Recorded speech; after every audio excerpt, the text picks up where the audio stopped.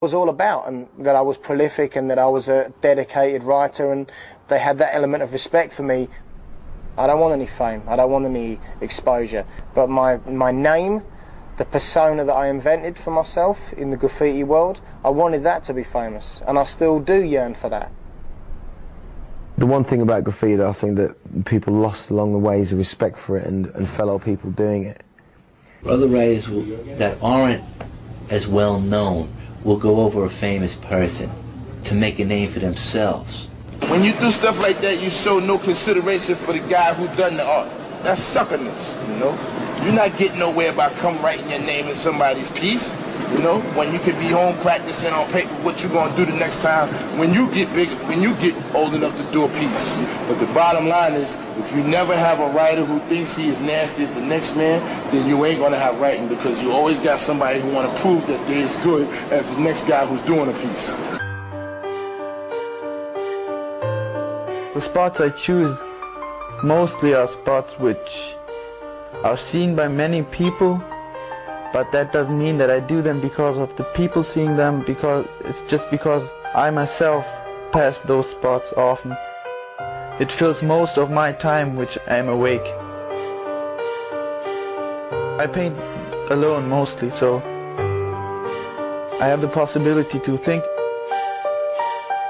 With every painting there are thoughts connected. I got used to just getting my cans on my own and just walk outside at night, even if it's cold, if it's raining. Other people are just sitting at home and maybe watching TV, fucking their wives, just doing stuff that everybody does, and I'm able to express myself. I want to be known. In 100 years, only a couple of names will be remembered. I want to be one of them.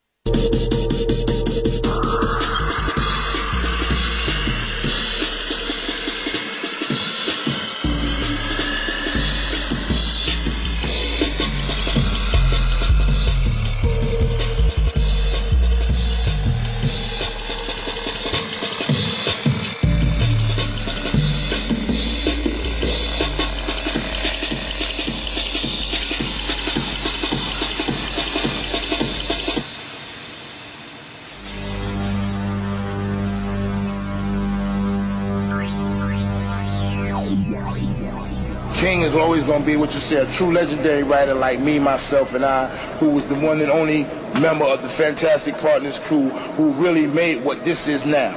You know what I'm saying? From lettering to designs and everything else, you know? Now you got these dudes who do these big productions to make themselves look good as a writer because, you know, it's better without doing it on the train when you got walls. But back in the days, if you didn't have whole cars on the subway, and plenty of them, you was considered straight up toy.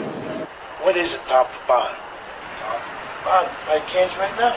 Let me get look. They wanted to see this traveling around on the system so they could point to it and say, that's my work, that's my tag.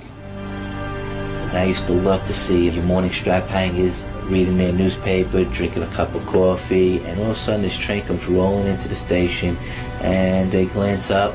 You know, sometimes you see them drop their cup of coffee and the newspaper, and then you see this whole thing of color come pulling into the station. A train yard is something like a playground for you. You enter it and it has certain rules. It has a certain atmosphere. We know where to go, how to go, so we never get really busted.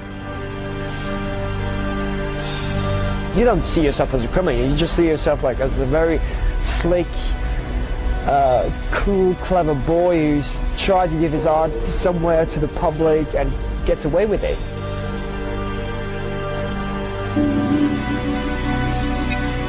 You know, like a fighter wants to hunt a lion for the first time. You got to prove his maturity. It's just like the whole action. It's like an act, sort of like the last adventure you can get in the city. We found after we did some surveys that the public were very concerned about this type of damage. In addition to that, of course, London Underground, I think it was costing them, when we first started, about £2 million a year. That went up to £4 million, although it's decreased subsequently.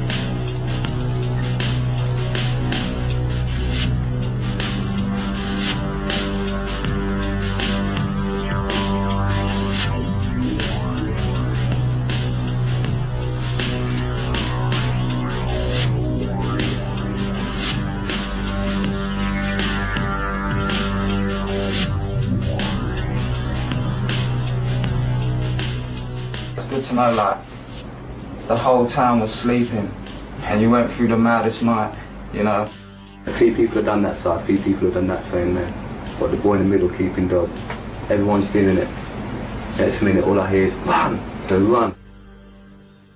It's just good doing it all together.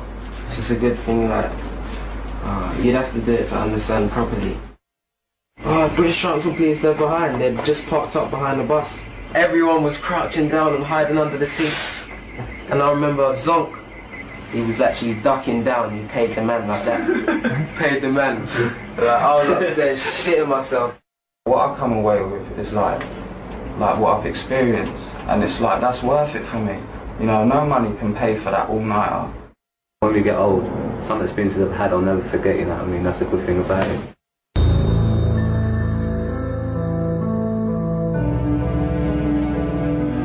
Males of a particular age group tend to form their own subcultures with their own identified norms and rules. They then gain credibility by obeying those